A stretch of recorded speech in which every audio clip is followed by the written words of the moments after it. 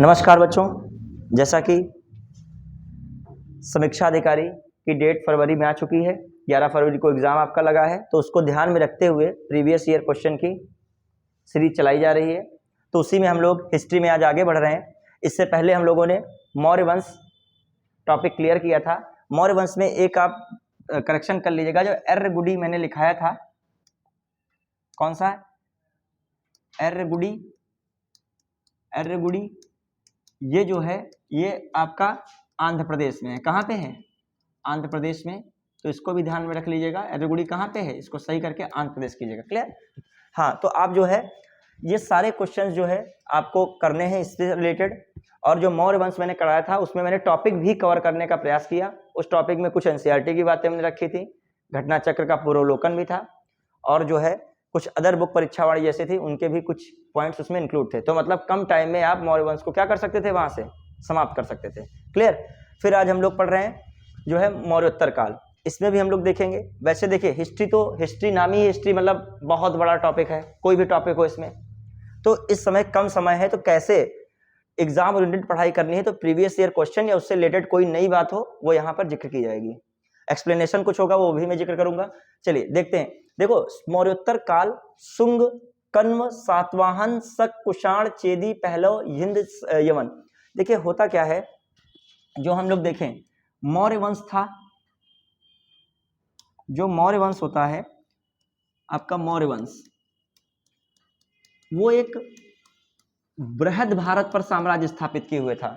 और उसमें सबसे बड़ा योगदान जाता है चंद्रगुप्त मौर्य को। वो पहले ऐसे राजा थे जो दक्षिण में भी उनका साम्राज्य मेंटेन किया उन्होंने, पश्चिम में भी किया, और जो है पूर्व में भी बंगाल की खाड़ी तक रहा। फिर जो देखा गया अशोक तक जो है ये साम्राज्य बना रहा। फिर अशोक के बाद जो मौर्य वंश के उत्तराधिकारी आए वो योग्य इतना नहीं रहे, तो मौर्य साम्राज्य जो है खंडरों में विभक्त हो गया। तो खंडरों में देखा जाए कुछ विदेशी लोगों का आक्रमण होता है, जैसे ये भारत का है, तो इधर विदेशी जो आए भारत में किस साइड से आए, उत्तर पश्चिम क्षेत्र में। किसमें आए? उत्तर पश्चिम क्षेत्र में। और कुछ जो है देसी राजाओं का मामला देखा जाता है कि मौर्य वंश को समाप्त करने के बाद यहाँ पर जो है मगध क्षेत्र में और मध्य प्रदेश क्षेत्र में शुंग वंश पावरफुल बना। और वो जो शुंग वंश था उसके भी कुछ इंपॉर्टेंट राजा रहे, उनसे संबंधित अभिलेख रहे, और कुछ जो है उनसे संबंधित साहित्य रहा, वो भी पूछा जाता है, तो उसको भी हम लोग पढ़ेंगे। फिर प्लस इसके बाद जो है कुछ और देसी राजा आते हैं शुंग के बाद, जैसे कण्व आए। तो कण्व के बारे में ज्यादा पूछा नहीं जाता है, लेकिन संस्थापक है और अंतिम शासक कौन है या किस धर्म को प्रश्रय दे रहे थे, छोटी छोटी बातें पूछ ली जाती हैं। फिर कण्व के बाद एक बड़ा साम्राज्य स्थापित करने वाले शासक आए जो थे सातवाहन। बड़ा शासन मतलब उन्होंने इधर दक्षिण में जो कहा जाए, दक्षिण में पहला जो साम्राज्य स्थापित करने वाला कोई प्राचीन धर्म, जो प्राचीन कह सकते हो राजवंश रहा है, तो कौन सा रहा है? सातवाहन वंश। तो आप लोग ये देखोगे दो शाखाएं में हो गई, एक तो विदेशी लोग आए जो अपना साम्राज्य स्थापित करने की होड़ लगाए हैं, और दूसरे बच्चे कौन आ रहे हैं? कौन आ रहे हैं? देसी। ठीक है, और ये किसमें? मौर्य के बाद का सीन है। देखिए मौर्य जो था केंद्रीकरण सत्ता थी, मतलब जब तक राजा पावरफुल है तब तक की मौर्य साम्राज्य क्या रहेगा? बिल्कुल पावरफुल में रहेगा, उसकी सीमाएं सुरक्षित रहेंगी। जो केंद्रीय सत्ता ही कमजोर हो गई तो पूरा साम्राज्य क्या है, भरभरा के बिखर जाएगा। तो वही मौर्य के बाद हुआ कि जो है मौर्य में कह सकते हो अशोक के बाद वही हुआ। अब देखते हैं मौर्य के पतन के कारण मैंने कल जिक्र किया था, बहुत सारे पतन के कारण रहते हैं, और सबसे मेन एक पतन का कारण यही रहता है राजा का क्या होना? अयोग्य होना। क्लियर? अब आ जाइए हम लोग देखते हैं विदेशी में। तो विदेशी में जो है सबसे पहला कौन आया, फटाक से देख लेंगे। विदेशी में सबसे पहले कौन आए? यूनानी, हिंद यूनानी। क्या कहते हो? हिंद यूनानी है। कौन है? हिंद यूनानी। देखो यूनानी कहना उचित बिल्कुल नहीं है, क्योंकि यूनानी जो कहोगे तो 326 BC में सिकंदर भारत की विजय के लिए निकला था। लेकिन ये कैसे है? हिंद यूनानी है, मतलब अफगानिस्तान, मतलब मध्य पूर्वी एशिया में जो यूनानियों की शाखा रही उसे बैक्टीरियन कहते हैं। क्या क्षेत्र कहते हैं? बैक्टीरियाई क्षेत्र। उस बैक्टीरियाई क्षेत्र में कौन थे? हिंद यूनानी अपना साम्राज्य स्थापित कर रहे थे, वो भारत की ओर बढ़े। हिंद यूनानी के बाद जो भारत में आ रहे हैं, कौन आ रहे हैं? शक आए। कौन आए? शक। उन्होंने भी अपना साम्राज्य स्थापित किया। फिर कौन आए? पहलव। पहलव ईरानी संबंधित हैं, तो पहलव आए। पहलव के बाद जो बच्चे कौन आए? कुषाण आए। कौन आए? कुषाण। तो आपको ये सीक्वेंस बहुत फेमस से पूछा आता है, हिंद यूनानी, फिर बच्चे कौन? शक, फिर कौन है? पहलव, और फिर कौन है? कुषाण। क्लियर? तो ये दिमाग में रखना पड़ेगा आपको, ये भी बढ़िया आगे। तो देखिए अब इनसे संबंधित बातें पूछी जाती हैं, क्या क्या इनकी विशेषताएं रही हैं। फिर जो दूसरी तरफ हम लोग देखें, जो यहाँ पर मौर्यों के बाद वंश देसी जो राज्य के रूप में स्थापित हुए, देसी वंश रहे, एक आता है शुंग वंश। कौन आता है? शुंग वंश। और ये दूसरा कौन था? कण्व वंश। और तीसरा कौन था बच्चों? सातवाहन वंश। कौन था? सातवाहन वंश। देखिए जो मौर्य वंश था वो लास्ट में बौद्ध धर्म को ही पूरी तरीके से स्वीकृत उसने दे दी थी, मतलब बौद्ध धर्म को ही अंतिम राजाओं ने सब क्या किया? अपना लिया। लेकिन जो ये इधर देसी वाला आ रहा है, ये ब्राह्मण वंश से तीनों संबंधित है। किससे संबंधित है? सेंटेंस आता है तो किससे संबंधित लगाओगे? ब्राह्मण वंश से। और ब्राह्मण वंश से प्लस वैदिक कल्चर को ये फॉलो कर रहे हैं। किसको? वैदिक संस्कृत का प्रशय कर रहे हैं, वैदिक संस्कृत का प्रशय कर रहे हैं। प्लस कहा जाए कि बौद्धों को बिल्कुल सिरे से खारिज किया, तो ऐसा नहीं था, क्योंकि जब देखोगे तो बौद्धों को कहीं ना कहीं कुछ आपको मिलेगा। जैसे सांची का स्तूप है, पुष्यमित्र शुंग ने क्या किया था? उसको पुनर्निर्माण कराया था। तो ऐसा नहीं कह सकते हो कि पूरी तरीके से क्या बौद्ध धर्म को नकार दिया गया था। प्लस कर्ण का तो नहीं क्लियर है, सातवाहन में इतना कर्ण ने कुछ ऐसा नहीं किया, लेकिन सातवाहन में नागार्जुन कोंडम और अमरावती दो ऐसे फेमस स्थान थे जो बौद्ध संस्कृत से जुड़े हुए थे, और जिसमें विकास कार्य किसने कराया था? यह समझ लिए ऐतिहासिक विकास किसने वहां किया था? सातवाहन। और इनके उत्तराधिकारी इक्ष्वाकु वाले हुए। कौन? इक्ष्वाकु वंश हुआ। तो ये भी याद रखिएगा। अब जैसे अमरावती है तो वहां पे भित्ति चित्र में बौद्ध की कथा दिखाई गई, दर्शाई टाइप की गई है। किसमें? अमरावती में। और वहीं पे आ जाए, कौन सा जो आपका है दूसरा? नागार्जुन कोंडम। वहां पर आपके क्या है? बहुत सारे जो है हिंदू मंदिर भी हैं और बौद्ध के चित्र हैं, बौद्ध की स्मृतियां बनी हैं, बौद्ध की मूर्तियां बनी है। वो सब कहाँ पे आपको मिलेगा? नागर। तो इससे पता चलता है कि ये वंश भले ब्राह्मण वंश थे, लेकिन इन्होंने बिल्कुल बौद्ध धर्म को क्या नहीं किया? सिरे से खारिज नहीं किया। ये क्वेश्चन आता है, अभी सेंटेंस बना के दो देगा। पहला देगा ऐसे जो है सातवाहन वंश ब्राह्मण वंश, एक प्रकार का ब्राह्मण वंश था, यह ब्राह्मण वंश से संबंधित था। दूसरा सेंटेंस देगा इन्होंने बौद्धों को सताया, ऐसे दे देगा। तो आपको वहां पे फंसना नहीं है, वहां पे बौद्धों को सताया वाला सेंटेंस क्या हो जाएगा? गलत हो जाएगा। क्लियर? अब आ जाइए, जैसे देखो आजकल सिस्टम क्या होता है, पेपर ऐसा बनाने का प्रयास करता है एकदम एंटी निकल जाए। राजा राम मोहन राय की वो बात लिखेगा, फिर लिखेगा इन्होंने वेदों का क्या किया? खंडन किया। मतलब ऐसा घुमा के लिखेगा, लगेगा ये बात क्या हो रही है, अपने नजरिए सही लगेगी, लेकिन वास्तविक रूप से गलत होगी। सातवाहन वंश बहुत बार क्वेश्चन आए, लगातार इससे क्वेश्चन आए हैं। ये एंशिएंट हिस्ट्री का जैसे मौर्य वंश इंपॉर्टेंट है, वैसे ही मौर्योत्तर में कौन सबसे इंपॉर्टेंट है? क्योंकि साउथ का पहला ऐसा जो है कह सकते हो वंश था जो पहली बार जो साउथ में अपनी साम्राज्य सीमाएं स्थापित की, वहां के कल्चर को डेवलप किया, इसीलिए पूछा था। कौन? सातवाहन। अभी उत्तर भारत में तुम बहुत कुछ पढ़ चुके हो, दक्षिण भारत में पढ़ने के लिए शुरुआत कहां से हो रही है? सातवाहन से, इसीलिए पूछा था। चलिए अब हम लोग देखते हैं, थोड़ा सा और जानकारी लेते हैं। यूनानी जो है, इनसे यूनानी संबंधित क्या बातें आती हैं, फटाफट देख लें 1 मिनट में। यूनानी संबंधित क्या इंपॉर्टेंट बातें? यूनानी आपके एग्जाम के तहत हम बताना चाह रहे हैं, ज्यादा बताएंगे फिर बहुत दिक्कत हो जाएगी, बहुत टाइम चला जाएगा, यही लेक्चर ही 1 घंटे का हो जाएगा। हिंद यूनानी में क्या हो रहा है, ये जो आते हैं इनकी क्या देन थी? सोने के सिक्के का प्रचलन, बहुत बार क्वेश्चन आया है, सोने के सिक्के का प्रचलन किसने किया बच्चों? सोने के सिक्के का प्रचलन किसने किया? प्रचलन इन्होंने किया। क्लियर? पर्दा व्यवस्था किसने बच्चे शुरू की? पर्दा व्यवस्था किसने शुरू की? पर्दा वो स्त्रियों वाला नहीं, जो वो होता था नाटक के बाद जैसे पर्दा खुलता था, ठीक है। फिर जो बच्चे क्या है, और जो सिक्कों पर राजा का नाम हो, तस्वीर हो, सिक्कों पर राजा का नाम उत्कीर्ण हो, ये सब चीजें, और तस्वीर तक बनी हो सिक्के पर। मतलब पहली बार लिखावट वाला जो सच मिल रहा है, कहां से मिल रहा है? लिखावट का मतलब राजा संबंधी जानकारी हो या राजा का नाम हो, किसने शुरू किया? ऐसा क्वेश्चन है। हिंद यूनानी। फिर हिंद यूनानियों की क्या यहाँ पे है, इन्होंने जो है भारतीय संस्कृत से मैच किया, मतलब भारतीय कला से मैच करके, और इनकी कला थी यूनानी और भारतीयों की कला क्या थी? हिंद। कौन थी? हिंद। तो आगे चल के देखोगे तो इन जो यूनानी कला थी उसको हेलेनिस्टिक भी कहते थे। क्या कहते थे? हेलेनिस्टिक। तो हेलेनिस्टिक जो कला थी, बाद में वही हेलेनिस्टिक कला यूनानी हिंद में मिलकर क्या बन गई? गांधार कला बन गई, जिसको कनिष्क ने प्रश्रय दिया। किसने प्रश्रय दिया? कनिष्क। हालांकि यूनानी नहीं दे रहे, लेकिन यूनानी आए ना कहीं तो तभी तो मिक्सअप हो पाया ये। तो जो है यूनानी और हिंद मिलके कौन सी कला बनी? गांधार कला, जिसको शकों ने भी बहुत बढ़ाया और उसके बाद किसने बहुत बढ़ाया? कुषाणों ने। क्लियर? तो ये हेलेनिस्टिक कला किससे संबंधित है? यूनानी कला से संबंधित है। क्लियर? तो अब यूनान के संबंधित ये बातें हो गई। अब हम लोग देख रहे हैं यूनानी जब आए तो उनकी दो शाखाएं थी यूनानी की। एक बच्चों कौन थी? डिलीट कर दें इसको। बच्चे दो शाखाएं थी यूनानी की। एक आपकी कौन थी? जो है यूकेट्राइडस थी, और एक कौन थी बच्चे? दूसरी कौन थी? डेमेटियस। यूकेट्राइडस हो गया, डेमेटियस। बच्चे यूकेट्राइडस तो एक हो ही गए। यूकेट्राइडस तो एक राजा हो ही गए, संस्थापक इस शाखा के। जो राजधानी उन्होंने बनाई, कहाँ बनाई? राजधानी कहाँ बनाई? तक्षशिला में। कहाँ बनाई बच्चों?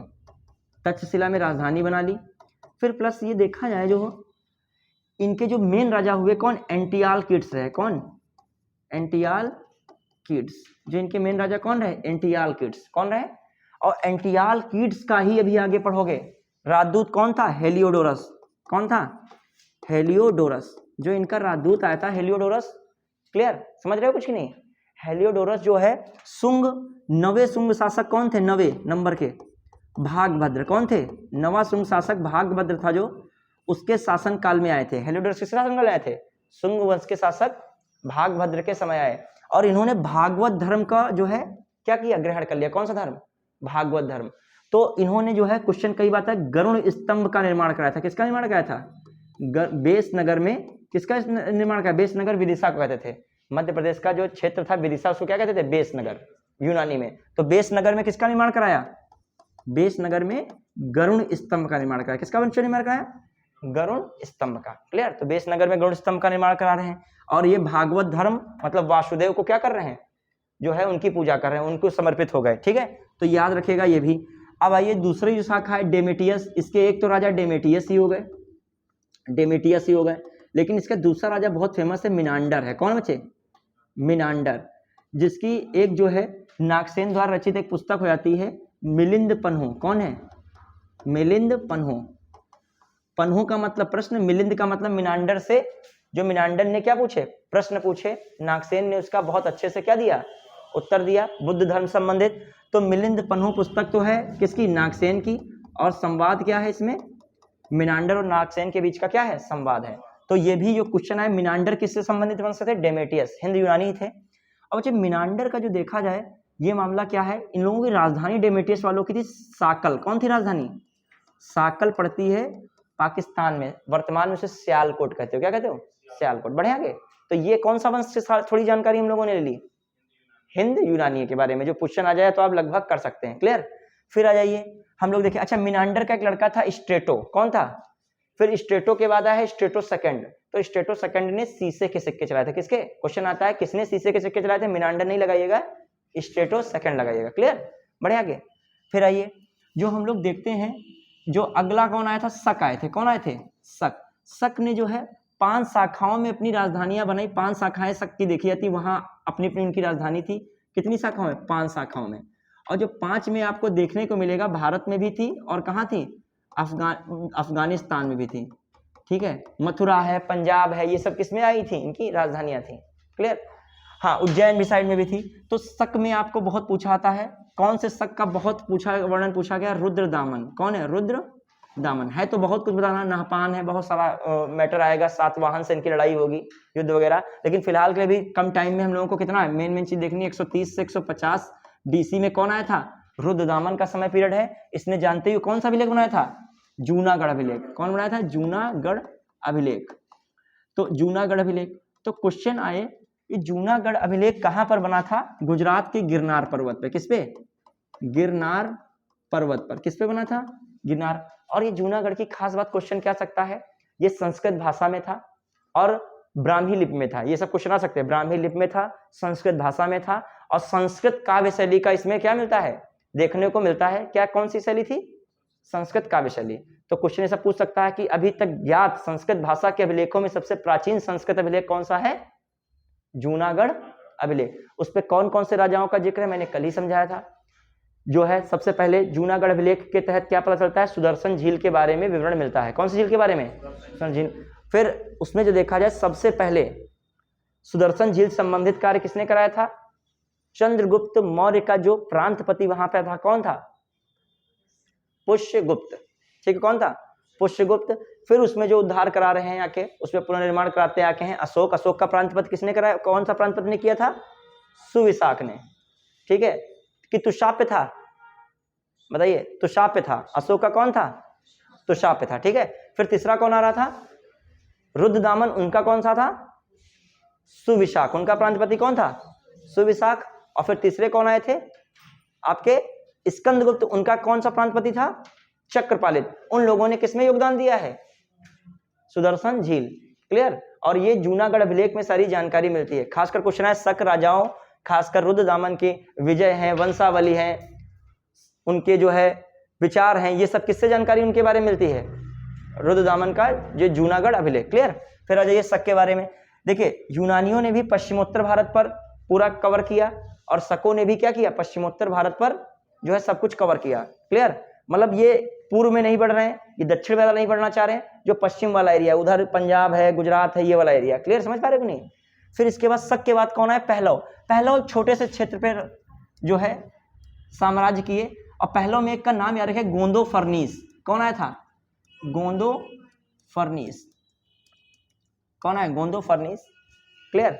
फिर ध्यान रखिएगा, पहलव के बाद एक आ रहे हैं, पहलव के सीक्वेंस के बाद कौन आ रहे हैं? कुषाण। कौन आ रहे हैं? कुषाण। कुषाण को थोड़ा सा देखेंगे हम लोग, ज्यादा तो नहीं इस समय देख पाएंगे, मेन इंपॉर्टेंट बातें देखेंगे। कुषाण। क्वेश्चन आता है कौन सा जो है मौर्य वंश के बाद ऐसा साम्राज्य स्थापित होता है जिसकी सीमाएं भारत के बाहर तक थी? तो कौन थे? कुषाण।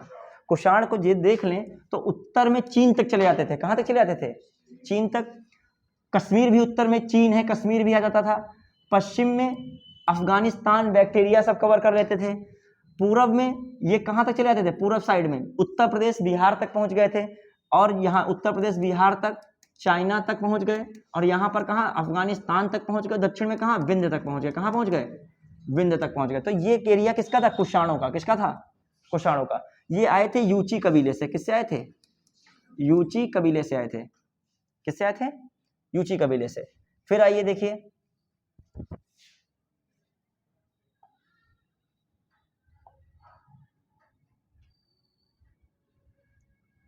हाँ किससे आते? यूची कबीले से आ गए थे। फिर आइए देखिए हम लोग, इनमें जो संस्थापक था कुषाणों का तो कुजुल कटफिसस था। कौन था? कुजुल कटफिसस। ये क्वेश्चन आए हुए भी मिलेंगे इसमें। कुजुल कटफिसस, जल्दी फटाफट देखते हैं। कुजुल कटफिसस ने क्या किया था? क्वेश्चन कई बार आ चुका है। किसके सिक्के चलाए थे कुजुल कटफिसस ने?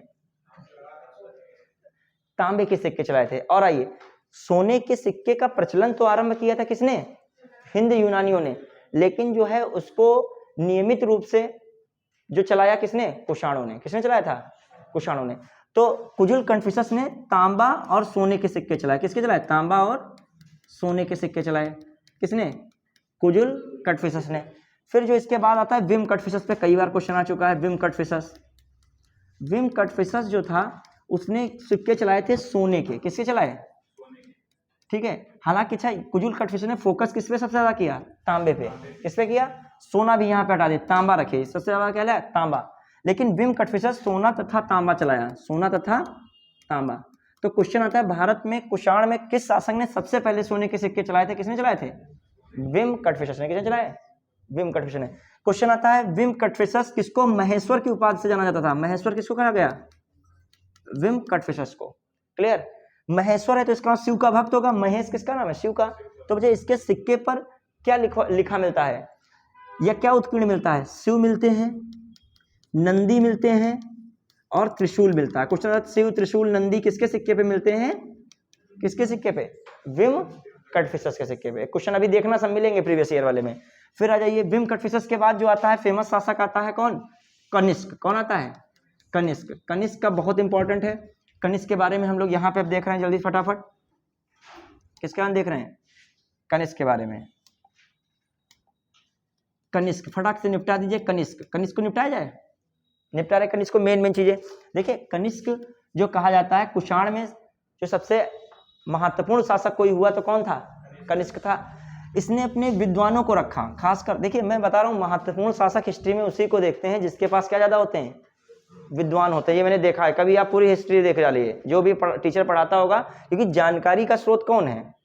विद्वान है, या अभिलेख है, या सिक्के हैं, कुछ ना कुछ जानकारी कैसे मिलेगी उनके। तो ये पूछा था कनिष्क के दरबार में, कई बार क्वेश्चन आता है। पार्श्व थे, अश्वघोष थे, अश्वघोष,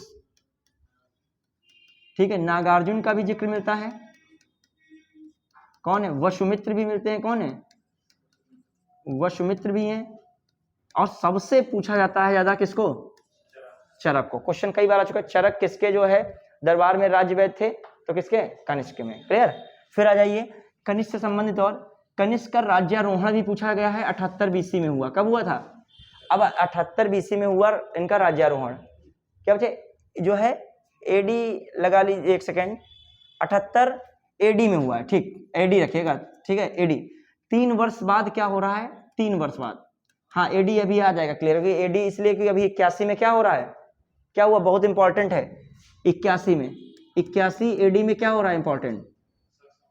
देखो AD है तभी 78 अभी हम लोग घटाएंगे, ठीक है। फिर आइए क्या हो रहा है? जो 81 AD में बुद्ध सारनाथ प्रतिमा स्थापित हुई। बुद्ध सारनाथ प्रतिमा स्थापित हुई। बुद्ध सारनाथ प्रतिमा स्थापित, बुद्ध सारनाथ प्रतिमा स्थापित हुई। तो कब? 81 AD में। मतलब मथुरा में बुद्ध की एक प्रतिमा थी, उसको कहां पर स्थानांतरित कराया गया? सारनाथ में उसको स्थापित किया गया इनके राज्यारोहण के 3 वर्ष बाद। प्लस बताया जाता है कि जो है शकों ने किसको हराया था? विक्रमादित्य को हराया था। लेकिन क्वेश्चन जो आता है कि शक संवत किसने चलाया था? किसको ही मान लेते हैं? कनिष्क को ही मान लेते हैं। किसको मान लेते हैं? क्वेश्चन में आए तो किसको मान लिया गया है? कनिष्क को। तो शक संवत पे क्या बताया जाता है? इसमें बड़ा विवाद रहता है, लेकिन आपको क्वेश्चन के अकॉर्डिंग चलना है तो यही रखना पड़ेगा। शक संवत जो कभी भी हम लोग करेंगे, जैसे मान लीजिए 2024 है, इसका शक संवत निकालना है तो 78 क्या कर देंगे? माइनस कर देंगे। जैसे 4 में से 6, 14 में से 6, 8 गया 6, फिर 11 में से 7 गया 4, और यहाँ कितना बचा? 9, और यहाँ कितना बचा? 1946। शक संवत करें 2024 AD का कितना हो गया? अब मान लीजिए इसका क्या करें? विक्रम संवत क्या करें? हाँ देखिए विक्रम संवत में मान सकते हो, जो विक्रम संवत में क्या है, ठीक है, 57 क्या है? जोड़ना है इसमें। 57 क्या कर दो? ऐड कर दो। इसमें 57 जोड़ोगे, 7 4 11, फिर 8 2 10, फिर कितना हो गया? इधर 8 2 10 है, और कितना हो गया? 1, और ये कितना बन रहा है? 2101। क्लियर। तो ये आपका क्या बन गया? ये कौन संवत हो गया? अरे लिख दीजिए, इधर हमने लिख दिया 2024 है, इसमें कितना जोड़ दिए? 57, ये 8 बन गया, सॉरी ये इधर जाएगा 8, और ये कितना हो गया? कितना बन गया? सॉरी 7 4 11, फिर कितना? 7, और कितना बन गया? 8, और फिर ये 0 क्यों लगा रहे हैं? 0 1 क्यों लगा रहे हैं? 0 रखिए, ठीक है। हाँ कितना हो गया आपका? 2081। क्लियर। फिर आ जाइए, फिर इसमें क्या क्या हम लोग देख रहे हैं। तो अब बताओ, उधर 78 घटा रहे थे, उधर 57 जोड़ रहे थे, दोनों का योग कितना हो गया? 135। तो क्वेश्चन था शक और विक्रम संवत में कितना अंतर पाया जाता है? 135। ये क्वेश्चन आ चुका है। क्लियर। फिर आ जाइए, फिर हम लोग किस पे बढ़ रहे हैं? अच्छा, कनिष्क में और क्या क्या महत्वपूर्ण चीज? इन्होंने गांधार शैली का विकास, गांधार शैली पर बहुत ज्यादा कार्य किया। तो क्वेश्चन आता है सबसे ज्यादा बुद्ध की प्रतिमा किसमें मिली है? गांधार शैली में। हरित जो चट्टानों का प्रयोग हुआ, शिष्ट चट्टानों का प्रयोग हुआ, किसकी शैली विकास करने में? गांधार। और क्वेश्चन आ जाए दूसरी शैली का उस समय विकास हुआ, कौन थी? मथुरा शैली। मथुरा शैली में क्या रहा? दोनों शैलियां इन्हीं समय आई। मथुरा शैली में क्या था? क्वेश्चन क्या आता है? बुद्ध की पहली प्रतिमा किस शैली में बनी थी? मथुरा शैली में। छोटी छोटी चीजें हैं। तो आपका कनिष्क का भी मामला हो गया। अब हम लोग आगे बढ़ रहे हैं। कनिष्क का याद रखिएगा, शक संवत। इस समय भारत में कौन सा संवत है चलता है? मतलब जो राष्ट्रीय पंचांग किस संवत पे आधारित है? शक संवत। कौन सा पहला महीना होगा? तो फिर चैत्र। ठीक है, चलिए अब आ जाइए किस पे हम लोग, ये सब हो गया। अब हम लोग किस पे चलेंगे, चर्चा करेंगे, थोड़ा सा कर रहे हैं चर्चा इस पे। अब देसी राजाओं पे करना बहुत टाइम ओवर हो जाएगा। देसी राजाओं में कौन आया था सबसे पहले? शुंग। बस ज्यादा जानकारी नहीं, शुंग। शुंग की जानकारी का जो मेन स्रोत है देखा जाए, शुंग की जानकारी का मेन स्रोत कौन है? जो एक अयोध्या अभिलेख है। कौन है? अयोध्या अभिलेख। अयोध्या अभिलेख हो गया, ठीक है, अभिलेख। और मालविका अग्निमित्रम। मालविका अग्निमित्रम, मित्रम, मतलब मालविका और अग्निमित्र की क्या है, प्रेम गाथा है। ये कालिदास ने लिखा है, किसने लिखा है, कालिदास ने। और ये जो अयोध्या अभिलेख है बताते हैं धनदेव ने बनाया था।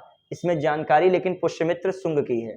और इसमें क्या बताया गया, 2 अश्वमेध यज्ञ कराए थे पुष्यमित्र शुंग ने, ये जानकारी मिलती है। और क्या है, पुष्यमित्र शुंग के जो गुरु थे कौन थे, पतंजलि थे। मैं इसे बता दे रहा हूँ, लिखाने में टाइम जा रहा है। और क्या है मामला, पुष्यमित्र जो शुंग थे उन्होंने अंतिम मौर्य शासक बृहदत्त की हत्या कर किस वंश की स्थापना की थी, शुंग वंश की। और वो स्टार्ट अपना जो है साम्राज्य कब किया था, एडी में। क्लियर, तो ये साम्राज्य किसका स्थापित हो गया, पुष्यमित्र शुंग का। क्लियर, अब आ जाइए फिर आगे क्या हम लोग देखते हैं, किसमें हम लोग देखेंगे, शुंग के क्या देखना पड़ेगा, इसमें शायद 184 बीसी में है। ठीक है, ये 10 बीसी के करीब बिल्कुल जो है लास्ट टाइम में ये यूनानियों का भी कहीं कहीं देखने को मिलता है। भले इसमें देखो टाइम पीरियड में क्या रहा है, दूसरी तीसरी शताब्दी में जो है क्या यूनानी का देखने को मिलता है। फिर कहीं कहीं पे हम लोगों ने 10 बीसी भी देखा है। अब ऐसे मान लीजिए जो 20 टाइम पीरियड में इतना, ये बीसी कर लीजिएगा, ठीक है। अब देखिए सबसे पहला जो आक्रमण रहा है वो किसका रहा है, डेरियस का। किसका रहा है, डेरियस प्रथम। कौन रहा है, डेरियस प्रथम। क्लियर, डेरियस प्रथम का टाइम पीरियड कितना है, 522 से बीसी से 486 बीसी। अब ऐसे तो उस समय हम लोग देखें, जो उस समय का देखें 486 बीसी, उस समय तो बहुत पीछे चले गए। मगध वाला जो चल रहा था उसमें महाजनपद के थोड़ा सा आगे बढ़े, मतलब गौतम बुद्ध टाइम पीरियड में चले गए। अब जो क्वेश्चन आ जाए, सबसे पहला भारत पर किसी विदेशी आक्रमण था, किसका रखा, डेरियस प्रथम। और ये कहाँ का था, ईरान का। कहाँ का था, ईरान का। इसने क्या किया था, सिंधु वाला क्षेत्र था उसको अपने कब्जे में ले लिया था। क्लियर, तो ये सब चीजें भी पूछ सकता है। राजस्थान का कुछ हिस्सा कब्जे में लिया। क्वेश्चन ऐसे ही आ जाए सीक्वेंस में कि भारत पर सबसे पहला अटैक किसका विदेशी का रहा, किसका रहा, अभी डेरियस का टाइम पीरियड क्या है। अब इसके तो बाद ही सब आए हैं। क्लियर, मौर्य ही रहा है दूसरी तीसरी शताब्दी में, बीसी में रहा है कि दूसरी तीसरी ईसा पूर्व में कौन रहा है, मौर्य वंश रहा है। अब अशोक का देखोगे आप, किसमें दिखेगा, तीसरी ईसा पूर्व में दिख रहा है कि नहीं अशोक का मामला, 261 किसमें दिख रहा है, तीसरी में। तो सोचो तीसरी से भी पहला ये 5वीं 6ठी में चल रहा है, किसमें चल रहा है।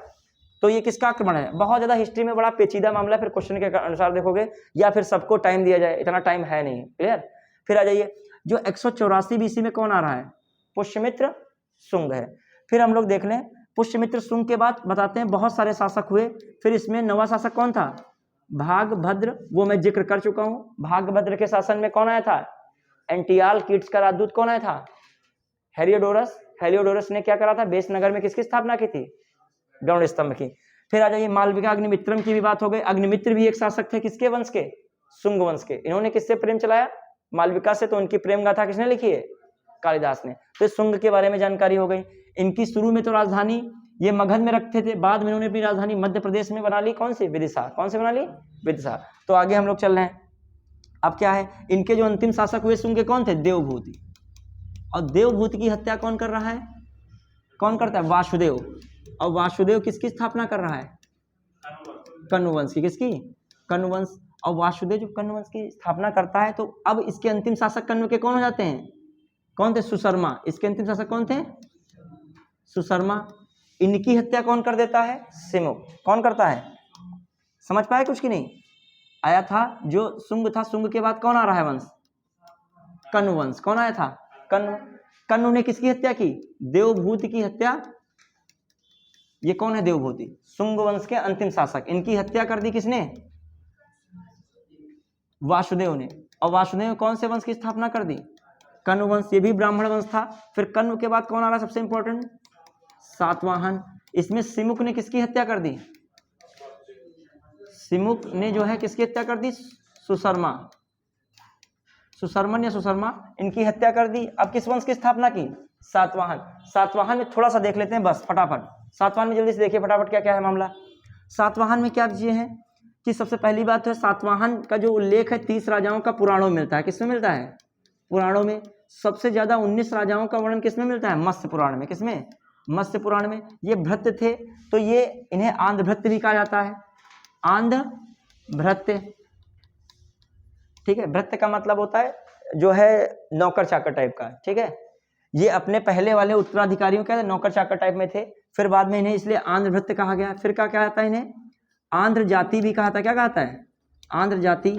फिर बच्चे इंपॉर्टेंट क्या है इसमें, कौन कौन से हैं इंपॉर्टेंट, बस देखिएगा, थोड़ा सा स्पीड में पढ़ा रहे हैं, ज़्यादा स्पीड हो गई क्या, ठीक है। अब आंध्र में क्या है, सबसे पहला देखिए कौन से हैं, सातकर्णी प्रथम, कौन है, सातकर्णी ऐसे लिखते हैं प्रथम। इनका पूछा था अभिलेख, नाना घाट अभिलेख, कौन अभिलेख, नाना घाट अभिलेख का मिलान किससे लगाओगे, इनकी पत्नी थी नागनिका, उन्होंने कौन सा अभिलेख बनवाया था, नाना घाट अभिलेख, उसमें किसकी जानकारी मिलती है, सातकर्णी प्रथम। फिर आते हैं जीपीएस, गौतमीपुत्र सातकर्णी, जीपीएस गौतमीपुत्र सातकर्णी से ज्यादा क्वेश्चन आता है। इन्हें एका ब्राह्मण भी कहा गया, अतुदी ब्राह्मण कहा गया, अतुदी ब्राह्मण या एका ब्राह्मण किसको कहा गया है, जो है चार फिर से वर्ण व्यवस्था का, जो है चार वर्ण व्यवस्था फिर से चलाने वाला किसको कहा गया है, यह वर्ण व्यवस्था का क्या रक्षक इनको बताया गया है, क्लियर। वेदों का आश्रयदाता बताया गया है, वेदों का इन्होंने क्या किया है, बहुत वैदिक कल्चर को बढ़ाया है, किसने, जीपीएस ने, क्लियर। तो ये से संबंधित किसकी बातें हैं, गौतमी पुत्र सातकर्णी। एक अभिलेख इनसे पूछा था, नास्तिक अभिलेख, कौन अभिलेख है, नास्तिक अभिलेख में भी किसकी संबंधित जानकारी है, जीपीएस की। फिर एक आते हैं राजा, इसी में सातकर्णी हो गए, जीपीएस हो गए, फिर एक आते हैं राजा हाल, कौन है, हाल ने गाथा सप्तशती लिखी है, बहुत पूछा था, गाथा सप्तशती, गाथा सप्तशती किसकी है, हाल की, और ये प्राकृत भाषा में लिखी है। सीधी बात है, जो सातवाहन वंश से किस भाषा को प्रमोट कर रहा है, प्राकृत भाषा को, ब्राह्मी लिपि को इस्तेमाल कर रहा है, भाषा कौन सी है, प्राकृत। फिर आ जाइए, ये क्वेश्चन आया था सातवाहन पे, भाषा पे। फिर आइए इनके जो समय, हाल के समय गुणाढ़ थे, गुणाढ़ थे, एक जो थे और थे, उनका नाम क्या था, कोई बताएगा, सुशर्मन करके, सुशर्मन। जो गुणाढ़ की पुस्तक है वृहद कथाकोश, कौन पुस्तक एक फेमस है, वृहद कथाकोश, और एक सुशर्मन है, इनकी पुस्तक सर्ववर्मन है, सर्ववर्मन, ठीक है। सर्ववर्मन की कौन पुस्तक है, काकतंत्र, कौन है, काकतंत्र। तो ये भी पूछ सकता है, गुणाढ़ सुशर्मन किसके समय थे, हाल के समय विद्वान थे, या मिलान आ जाए तो क्या सुशर्मन का कौन है, काकतंत्र पुस्तक है, क्लियर। तो ये सब बात हो गई। फिर जो है और भी हम लोग देखें, मिलते रहते हैं, इनके सातवाहन का जो मेन थे हमने बता दिए, क्लियर। अब हम लोग चल रहे हैं अपने क्वेश्चन से, बहुत टाइम हो जाएगा वरना क्वेश्चन आंसर कराएंगे नहीं, 1 घंटा इसी में हुआ जा रहा है। हाँ आइए स्टार्ट करें, चलिए अब फटाफट करते जाओगे, क्वेश्चन आंसर में जिक्र करते जाएंगे जो कुछ है। हाँ, मौर्यों के बाद दक्षिण भारत में सबसे प्रभावशाली राज्य कौन था, सातवाहन वंश।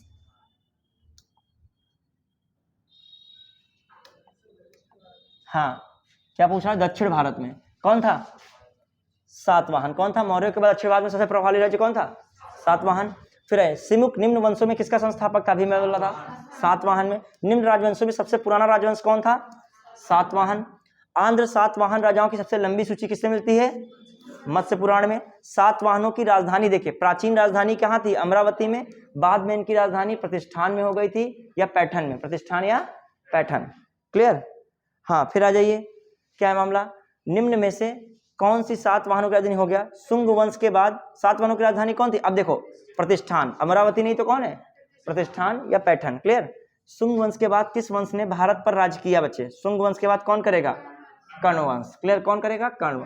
निम्नलिखित में से कौन शासक वर्ण व्यवस्था का रक्षक कौन सा शासक वर्ण व्यवस्था का रक्षक कहा गया है, जीपीएस गौतमीपुत्र सातकर्णी, ठीक है। कुषाण शासक कनिष्क का राज्याभिषेक किस सन में हुआ था, 78 एडी में, किसमें हुआ था, 78 एडी। फिर आइए, समझ में आ रहा, करते चले, ठीक है। फिर इसमें कौन था यहाँ पे, हाँ, किस वंश के साम्राज्य की सीमा भारत के बाहर तक फैली थी, कौन होगा, कुषाण। चीन के तूफान से लगा के जो है विंध्य श्रेणी तक, और उधर बिहार और यूपी से लगा के अफगानिस्तान बैक्टीरियन तक, किसके, कुषाण की। किस चीनी जनरल ने कनिष्क को हराया था, पांचाऊ ने, किसने हराया था, ठीक है। कनिष्क के सारनाथ बौद्ध प्रतिमा अभिलेख है बच्चे, किससे, एडी में, ठीक है, 81 एडी। बुद्ध का किसके सिक्कों पर अंकन मिलता है बच्चे, कनिष्क के सिक्कों पर किसका अंकन मिलता है, बुद्ध का। त्रिशूल, नंदी, शिव का अंकन किसके सिक्कों पर, विमकटफिसस। एक योद्धे शासक हुए हैं, योद्धे शासक का उल्लेख पुराणों में मिलता है, और जो योद्धे शासक हुए उनका साम्राज्य भारत में राजस्थान और पंजाब वाले क्षेत्र में था, तो उनके सिक्कों पर कार्तिकेय का मिलता है, किसका मिलता है, कार्तिकेय। छोटी चीज याद रखिएगा, ये किसके सिक्के पे कौन, राम सीता का उल्लेख किसके सिक्के में मिलता है, अकबर के। राम सी के नाम के सिक्के किसके थे, मुगल शासक में आएगा क्वेश्चन ये, क्लियर। तो ये सब चीजें ऐसी हैं, पढ़े नहीं होगे वहां कर नहीं पाओगे।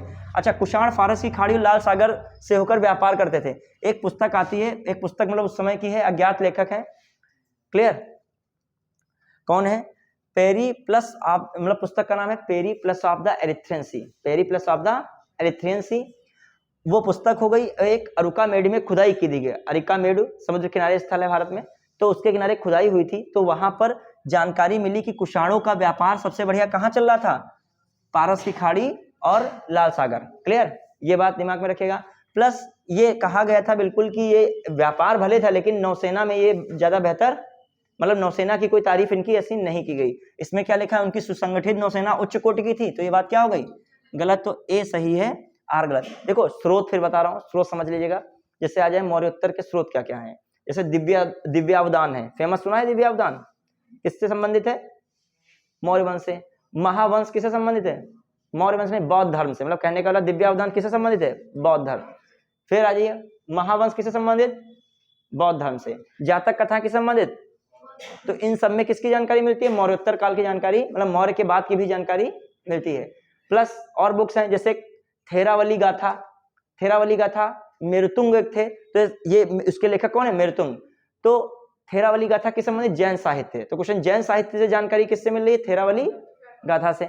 फिर आ जाइए जो संस्कृत साहित्य है, मालविकाग्निमित्रम, ये किसकी पुस्तक है? कालिदास की, उससे जानकारी मिल रही है। फिर एक पुस्तक बहुत फेमस है, कौन? गार्गी संहिता, उससे भी ये संस्कृत संबंधित है, उससे भी जानकारी किसकी मिल रही है? मौर्योत्तर काल की, क्लियर। तो ये पुस्तकों से जानकारी के स्रोत हो गए। सिक्कों के कौन हो गए? सिक्कों को इतने सारे हो गए, क्लियर। जैसे इनका सिक्का कौन आ रहा है? सोने का सबसे पहला सिक्का, उस पे राजा का नाम, चित्र, तो किससे संबंधित?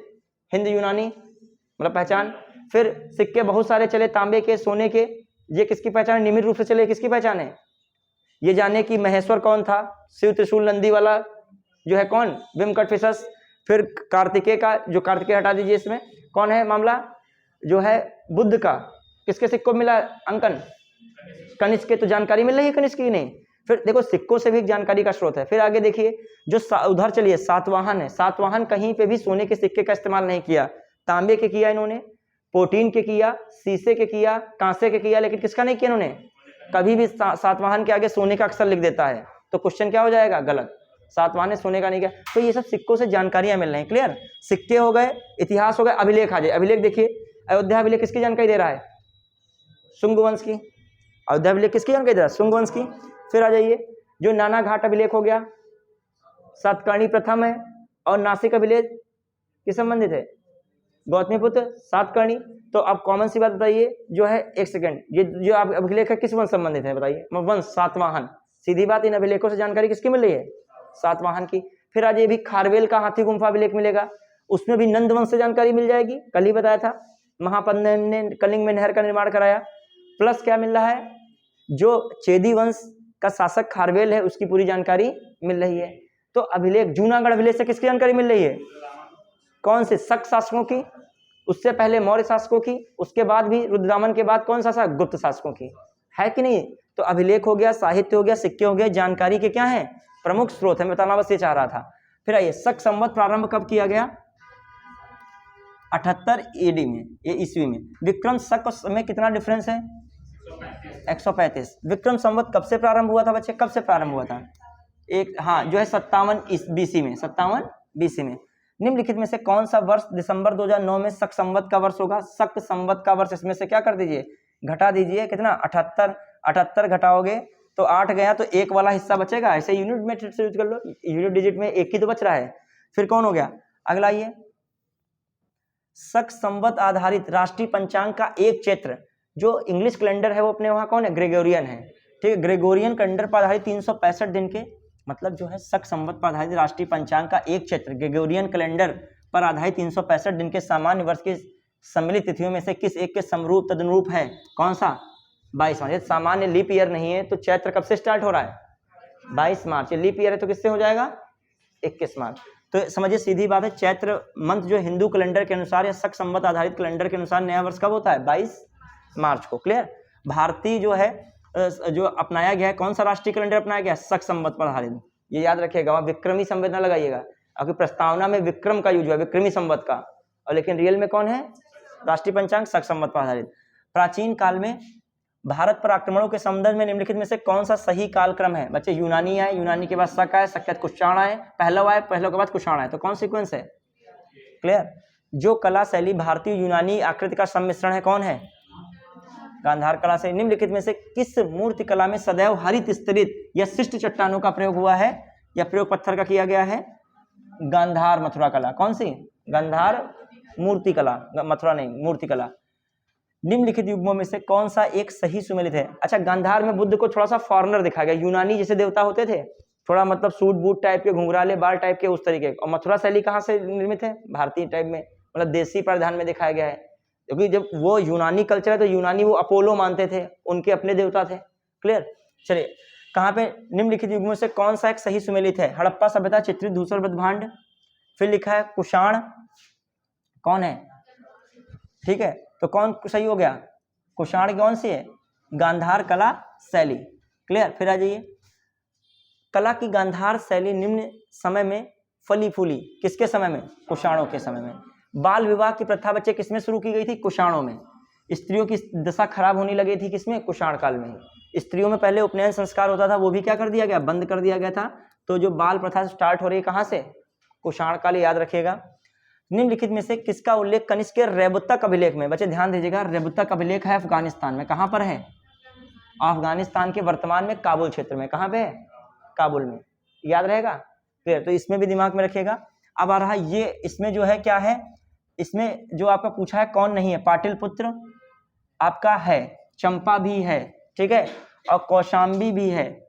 कौन नहीं है?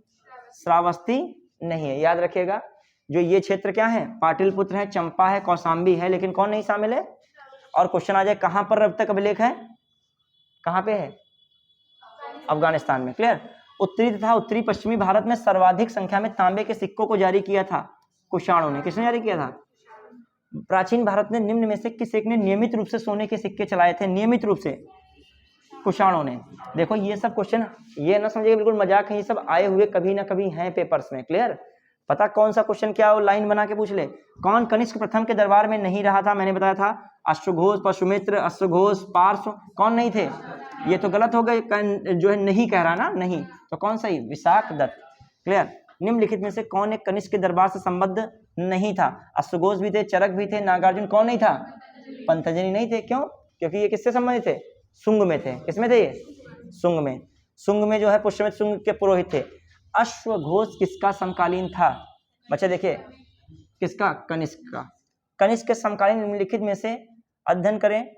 कोड के अनुसार कितनी बार पूछे गए देख लो, इनके जो विद्वानों के जो है कितनी बार क्या किए गए।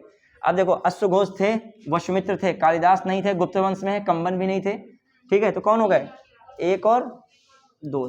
क्लियर। फिर अगला, इनमें से किसे आयुर्वेदाचार्य ने तक्षशिला में विश्वविद्यालय में शिक्षा प्राप्त की है? तक्षशिला में चाणक्य ने भी प्राप्त की थी, जीवक ने भी प्राप्त की है, और चरक ने भी प्राप्त की। बहुत अच्छा क्वेश्चन है ये, ऐसे घुमा के पूछ सकता है। क्लियर। चाणक्य हो गए किसके समय? मौर्य वंश। चरक हो गए किसके समय? कनिष्क। और जीवक हो गए किसके समय? हर्यंक वंश, बिंदुसार के समय। याद आया? क्लियर। फिर आइए, कलिंग नरेश खारवेल निम्न में से किस वंश से संबंधित थे? किस वंश से थे? चेदी वंश। चेदी वंश का संस्थापक बच्चे कौन था? महामेघवाहन। कौन था? महामेघवाहन था संस्थापक। और कलिंग क्षेत्र पर ये अपना राज चलाते थे। और खारवेल बहुत शक्तिशाली था, बताते हैं। दक्षिण के चेर, पांडे और जो आपका कौन है? चोल। जो चेर, पांडे और चोल, इनको इसने क्या किया था? हराया था। किसने हराया था? खारवेल ने। क्लियर। तो उसने जो है विजय प्राप्त की थी। तो खारवेल को जो है भिक्षु वाली कोई उपाधि नाम से भी जाना जाता है, ठीक है। देखेंगे अभी, खारवेल का नाम जुड़ा है, किससे जुड़ा है? किससे? जो है जूना नहीं, ये जो नहीं, हाथी गुम्फा अभिलेख। किसके साथ है? हाथी गुम्फा अभिलेख। उड़ीसा में उदयगिरी पहाड़ी पर हाथी गुम्फा अभिलेख। निम्नलिखित राजाओं में कौन जैन धर्म का संरक्षक था? जैन धर्म का संरक्षक कौन था? खारवेल था। याद रखिएगा। फिर आ जाइए, उधर पहुंचे, ये वाले। अच्छा, हाँ। निम्नलिखित में किसका जैन धर्म के प्रति भारी झुकाव था? खारवेल ही होंगे। अभी और कोई खारवेल है देखो है, क्योंकि इसमें जैन धर्म संबंधित एक ही व्यक्ति दिख रहे हैं अभी, खारवेल। हाँ, चलिए, दशरथ तो बौद्ध धर्म से थे, ये भी बौद्ध धर्म से थे, ये हुइस्क है, ये बाहरी नाम ही आ गया। हाँ, अफगानिस्तान, ये भी बौद्ध धर्म से ही थे। अफगानिस्तान का बमियान प्रसिद्ध था बच्चे, बुद्ध प्रतिमा से। अफगानिस्तान में तालिबानों ने उसको क्या कर दिया था, बम से उड़ा दिया था, मतलब पत्थर से एक बुद्ध की प्रतिमा काट के बनाई गई थी बमियान में, ठीक है। फिर निम्नलिखित में से किस हिंद यवन शासक ने शीशे के सिक्के जारी किए थे? अभी मैंने कहा स्ट्रेटो सेकंड है। फिर आइए, निम्नलिखित में से कौन सा एक अन्य तीन के समसामयिक नहीं था? बहुत अच्छा क्वेश्चन है। देखो, गौतम बुद्ध, बिंबसार और जो है प्रसेनजीत, ये सब तो छठी ईसा पूर्व में आ रहे थे, महाजनपद चल रहा था जब, तो गौतम बुद्ध का वही छठी शताब्दी में था, और किसका था, बिंबसार भी उसी समय आ रहा था। समझ पाएगा नहीं, हर एक वंश। और जो आपका प्रसेनजीत कहाँ का था, कौशल का था, उसी समय आ रहा था। तो सब छठी शताब्दी ईसा पूर्व के हैं। लेकिन ये मिलिंद है, ये तो अभी आए हैं यूनानी में, क्लियर, दूसरी तीसरी सदी में ये सब यूनानी लोग आते हैं, ठीक है। तो कौन सा हो गया, मिलिंद। फिर आइए, किस अभिलेख में, देखो मोटा मोटा लिखा है महाजनपद के सब हैं, किससे हैं, महाजनपद काल के हैं। और ये जो है छठी महाजनपद काल कौन था, छठी बीसी में, तो कौन सा सही होगा? हाँ, फिर आइए, रुद्रदामन प्रथम की विभिन्न उपलब्धियां वर्णित हैं बच्चे। विभिन्न उपलब्धियां किसमें वर्णित हैं? जूनागढ़ अभिलेख में। किसने अभी जिक्र कर रहा था, बिना बेगार के किसने सुदर्शन झील का जीर्णोद्धार कराया? बिना बेगार के किसने सुदर्शन झील का जीर्णोद्धार कराया? बच्चे किसने कराया? बिना बेगार, चंद्रगुप्त मौर्य ने। एक सेकंड जो है इसमें हम देख लेंगे रुद्रदामन है कि जो है, ये वाला भी देखेंगे कि रुद्रदामन है कि ये है। हमारी समझ से रुद्रदामन हो सकते हैं, ठीक है, ये हो सकते हैं, रुद्रदामन है। रखिएगा कौन है, रुद्रदामन। काव्य शैली का, अभी मैंने कहा था काव्य शैली का प्राचीन, अभी इसमें रुद्रदामन ही होंगे, फिर भी हम इसको डाउट में रखें भी। हाँ, काव्य शैली का प्राचीनतम नमूना किसके अभिलेख में मिलता है? अभी मैंने बताया था काठियावाड़ के, कौन सा अभिलेख है? काठियावाड़ मतलब गुजरात का क्षेत्र है, तो कौन हो जाएगा, रुद्रदामन के अभिलेख में। किसका, कौन शैली में है? संस्कृत की काव्य शैली। निम्नलिखित में से किस शासक को सर्वप्रथम सोने के सिक्के जारी करने का श्रेय दिया जाता है? विम-कड़फिसस को। क्लियर, अभी आया था, पढ़ाया था। निम्नलिखित में से किसने भारत में स्वर्ण सिक्कों का प्रचलन नियमित उपयोग के लिए किया? विम-कड़फिसस ने। फिर आइए, पहला ईरानी शासक जिसने कुछ भाग को अपने अधीन किया था? डेरियस प्रथम था। योद्धे, अभी मैं बोल रहा था, योद्धे सिक्कों पर किस देवता का अंकन मिलता है? कार्तिकेय का। पूर्वी रोमन शासक जस्टिसियन बच्चे जाने जाते हैं कानून के लिए, किसके लिए जाने जाते हैं? कानून के लिए। गांधार कला शैली एक विश्लेषण है बच्चे, किसका? भारत तथा यूनानी कला का। किसका? भारत तथा यूनानी कला। अभी मैं कह रहा था कुषाण तो सोना और तांबा आ रहा था, गुप्त भी सोना और चांदी आ गया, लेकिन सातवाहन कभी भी स्वर्ण नहीं हो सकता है, प्रोटीन हो सकता है।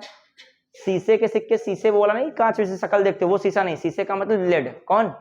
लेड के सिक्के, प्रोटीन के सिक्के, तांबे के हो सकते हैं, कांसे के हो सकते हैं, लेकिन सोना नहीं है। तो याद रखिएगा, ये वाला सेंटेंस क्या हुआ? गलत। कलचुरी, सोना चांदी तांबा ये सारे चला रहे हैं कलचुरी वंश वाले, तो याद रखिएगा। अच्छा क्वेश्चन आरओ में आया था कब, और ये हमें पहले पढ़ाए भी थे, कई बार इसका डिस्कस किए। सातवाहन की पहचान है सोने के सिक्के नहीं होना, बाकी कोई ऑप्शन मिले लगा देना, ठीक है। और प्रोटीन का सिक्का भी कोई एग्जाम में जल्दी में पूछा गया था, ठीक है। एक प्रोटीन का सिक्का पूछा, किसने चलाए थे? वो भी किसने? सातवाहन ने। शीशे के सिक्के के लिए कौन प्रसिद्ध था? सातवाहन। दो के लिए बहुत फेमस रहे। और तीसरा ना करने वाले कौन है? सोने के। अभी मैंने कहा एका ब्राह्मण या अद्वितीय ब्राह्मण के नाम से कौन जाना जाता है? अब जो पढ़ा नहीं होगा सोचेगा जो पहला ब्राह्मण वंश जो देखा जाता है तो शुंग वंश था। कौन था? जो मतलब सबसे पहला तो लगा देगा, जो पढ़ा नहीं होगा पुष्यमित्र शुंग को लगा देगा। किसको लगा देगा? लेकिन कौन थे? गौतमीपुत्र सातकर्णी। फिर आइए, कलिंग नरेश खारवेल का संबंध है बच्चे महामेघवाहन वंश से, फिर चेदी वंश से, ठीक है। खारवेल का संबंध किससे है? चेदी वंश से लगाइए, ज्यादा सही है। नासिक अभिलेख में गौतमीपुत्र का जिक्र है? बिल्कुल है। हाथी गुम्फा में खारवेल का है? बिल्कुल है। भीतरी में तो गलत हो गया, भीतरी में ये कहाँ है? भीतरी में तो स्कंदगुप्त का है। किसका है? गुप्त शासक स्कंदगुप्त का है, हुड़ों ने आक्रमण किया था, भीतरी अभिलेख में जानकारी मिलती है। गिरनार बच्चे रुद्रदामन का बिल्कुल क्या है? सही है। इसमें कह सुमेलित नहीं है, तो सुमेलित नहीं कौन है? यही क्या हो गया? गलत। पुलकेशिन द्वितीय का जो उल्लेख है एहोल अभिलेख में, किसमें है? एहोल अभिलेख में ये मिलता है। उसमें जिक्र पुलकेशिन द्वितीय ने किसको हराया था? हर्षवर्धन को हराया। किसको हराया? हर्षवर्धन। अभी आगे जिक्र आएगा, वो गुप्त के बाद आता है। भिक्षु राज किसकी उपाधि है? ये अगला इधर आए ना, खत्म ये वाला है ना। अब गांधार कला बच्चे, गांधार कला में किसको लगा दोगे बच्चे बताइए? फटाक से कुषाण को। फिर जूनागढ़ शिलालेख में रुद्रदामन को 4, फिर मिलिंदपनो में मिनेंडर, और तक्षशिलालेख में पतिक। तो क्या 3 4 1 2 3 4 1 2 क्लियर। फिर आ जाइए, कार्दमक क्षत्रपों ने निम्नलिखित में से किस धातु के अति दुर्लभ सिक्के चलाए थे? तो जो है कार्दपक ने ये चांदी के चलाए थे। किसके चलाए थे? कुछ ऐसे वंश है, कार्दप हैं, कदम हैं, बहुत पूछे नहीं जाते, कभी कभी सीधे आ जाते, तो इसलिए पढ़ लीजिए, फिर चर्चा करोगे बहुत टाइम लग जाएगा। हाँ, हाथी गुम्फा अभिलेख के संदर्भ में निम्नलिखित कथनों में से सत्य कथन अभी बचे हैं कि नहीं? सब खत्म हो गए? अच्छा, इधर साइड में, हाँ, यह अभिलेख चेंदी वंश के राजा खारवेल के शासन काल के प्रारंभिक 12 वर्षों का वृत्तांत प्रस्तुत करता है। ये बात क्या है? सही नहीं है, 12 वर्षों का नहीं प्रस्तुत करता है ये। फिर यह ब्राह्मी लिपि प्राकृत भाषा में उत्कीर्ण है। ये क्या हो सकता है? सही हो सकता है। यह ब्राह्मी लिपि किस भाषा में है? इसमें महाराज शब्द का उल्लेख मिलता है। इसमें उल्लिखित है खारवेल ने अपने शासन के 12वें वर्ष प्रथम बार उत्तरी भारत में सैन्य अभियान किया था। ये भी बात सही हो सकती है। तो कौन है? ये बात अभी हम रुकते हैं। फिर इस लेख पर शक संवत में तिथि उत्कीर्ण है, तो इसको भी हम लोग देख लें। ये क्वेश्चन थोड़ा डाउट है, इसको भी रखिएगा। हमारे अकॉर्डिंग जो ये सेंटेंस गलत हो गया है, ये वाला सही हो सकता है। महाराज शब्द का जो है उल्लेख मिल सकता है, लेकिन खारवेल ने अपने शासन के 12वें वर्ष में प्रथम बार भारत में उत्तरी भारत में सैन्य अभियान किया, और उत्तरी भारत का कुछ क्लियर नहीं होता है। इस लेख पर शक संवत में तिथि उत्कीर्ण है, ये भी सही हो सकता है। तो कौन है? 2 3 5 हो सकता है, लेकिन ये बनाया गया क्वेश्चन है, बहुत जो है कहीं पूछा नहीं गया है, तो इसमें बहुत क्लियरिटी नहीं है। लेकिन फिर भी उत्तरी पे कोई अभियान नहीं दिख रहा है, तो कौन सा हो जाएगा? एलिमिनेशन के तहत 4 नंबर नहीं होगा, तो कौन मिल रहा है? उसने खारवेल ने दक्षिण पे जो है अपना आधिपत्य किया था, किसको हरा दिया? चोल, पांडे, चेर को। तो उत्तर में तो विशेष कुछ था नहीं उसका। भिक्षुराज जिसकी उपाधि थी, बच्चे किसकी थी? खारवेल की उपाधि थी, किसकी? भिक्षुराज। फिर आइए, निम्नलिखित में से किस वंश के शासकों ने विषय में जानने का सर्व प्रमुख स्रोत सिक्के हैं? इंडो बक्सी में भी हैं, जिसमें इंडो लगा है, उसके सब जानने के स्रोत कौन है? सिक्के ही हैं। इंडो यूनानी भी है, इंडो सीथियन भी है, सब क्या है? सिक्के। 1 2 4 है ऑप्शन की नहीं? 1 2 4, जिसमें इंडो लगा है उसके जानने के स्रोत क्या है? सिक्के, बस। हाँ, वितस्ता युद्ध में पराजय के पश्चात किसके आग्रह पर पोरस ने सिकंदर के सामने आत्मसमर्पण किया था? बच्चे मेरुस। किसके सामने किया था? मेरुस। ठीक है, ये क्वेश्चन कहीं आया नहीं, बनाया गया बस है। गांधार कला का मुख्य प्रतिपादन बुद्ध और बौद्ध धर्म है। ये तो बात सही होनी चाहिए। गांधार कला शैली की सर्वश्रेष्ठ मूर्ति रोमा देवी की मूर्ति है, ये भी सही है। देखो, रोम और ग्रीक जो कहते हैं, संस्कृत भी कहते हैं किसको? गांधार कला को। ग्रीक और क्या कहते हैं? इंडो ग्रीक भी किसको कहते हैं? गांधार कला। कई नाम है इसके। तो गांधार कला की शैली की सर्वश्रेष्ठ मूर्ति कौन है? रोमा देवी की थी। तो ये क्या है? दोनों सही है, व्याख्या नहीं कर रहे हैं। फिर आइए, अगला कौन सा है? रुद्रदामन का जूनागढ़ अभिलेख किस भाषा में है? अभी मैंने जिक्र किया था, किस भाषा में है? संस्कृत भाषा में है। भ्रष्ट राज प्रतिष्ठापक किसे कहा गया है? ये कौन सा ऑप्शन है बच्चे? रुद्रदामन कहा गया। किसको कहा गया है? रुद्रदामन। देखिए, और है नहीं, कनिष्क में कभी पढ़ा नहीं है, बिंदुसार में कहीं आया नहीं है, अशोक में कहीं आया नहीं, तो किसकी उपाधि है ये? क्योंकि बड़ी पर्सनालिटी है, कभी कोई एलिमिनेशन मेथड यूज कर सकते, वैसे रुद्रदामन ही है, भ्रष्ट राज प्रतिष्ठापक।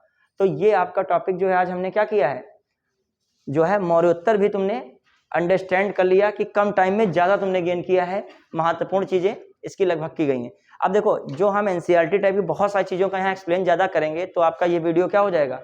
खिंच जाएगा। फिर जो है आप एक एक शब्दावली, एक एक साम्राज्य पढ़ाएं, जो हम सातवाहन में जो पढ़ाने को बहुत बड़ा टॉपिक है। ये शुंग वंश भी बहुत बड़ा टॉपिक है। 2-3 घंटे का लेक्चर किस पे है? शुंग वंश पे। क्योंकि शुंग वंश में आपको लगता है इसमें 9 राजा हैं और इसमें बहुत राजधानी बदल रही है, क्या क्या पूरा घटनाक्रम है, शायद एक बार मैंने पढ़ाया है क्लास में, जो है मैंने डीप में पढ़ाया प्राचीन काल में, किसको? शुंग वंश। फिर सातवाहन वंश खुद में बहुत बड़ा टॉपिक है, क्योंकि हर एक का जिक्र पढ़ोगे, फिर इनकी लड़ाइयाँ पढ़ोगे, किसकी? जो ऐसे जो शासक हुए हैं इनके बारे में देखोगे, सातकर्णी प्रथम के बारे में, फिर गौतमीपुत्र सातकर्णी, फिर इनका कंपैरिजन चलेगा, विदेशियों से, शकों से लड़ाई होगी इनकी, तो फिर एक व्यापक टॉपिक हो जाएगा, बड़ा टॉपिक बन जाएगा। फिर ये टॉपिक जो है 3 घंटे में भी नहीं खत्म हो पाएगा। तो हम लोग इस समय एग्जाम को दृष्टिगत रखते हुए जितना आपका घटनाक्रम था मेन सब कंप्लीट किया, तो आपको एक अंडरस्टैंडिंग हो गई कि मौर्य वंश में भी, मौर्योत्तर वंश में भी क्या क्या घटित हुआ। खासकर 2 सीरीज जरूर दिमाग में रखिएगा, एक कौन है विदेशियों की, एक कौन है। अब जो हम लोग पढ़ेंगे सबसे बड़ा साम्राज्य आएगा कौन, गुप्त साम्राज्य। फिर से भारत टूटा हुआ था, फिर से क्या हो गया, एक हुआ। भारत एक होता है बिखरता है, फिर एक होता है फिर बिखरता है, यही हिस्ट्री है आपको। अब गुप्त के बाद फिर भारत बिखर जाएगा गुप्तोत्तर में, उस समय हर्षवर्धन काल वगैरह सब पढ़ोगे। क्लियर। तो अब हम लोग आज के लिए इतना ही रखते हैं। आप लोग इस वीडियो को देखिएगा, जो पसंद है तो लाइक शेयर जरूर कीजिएगा। ठीक है, धन्यवाद।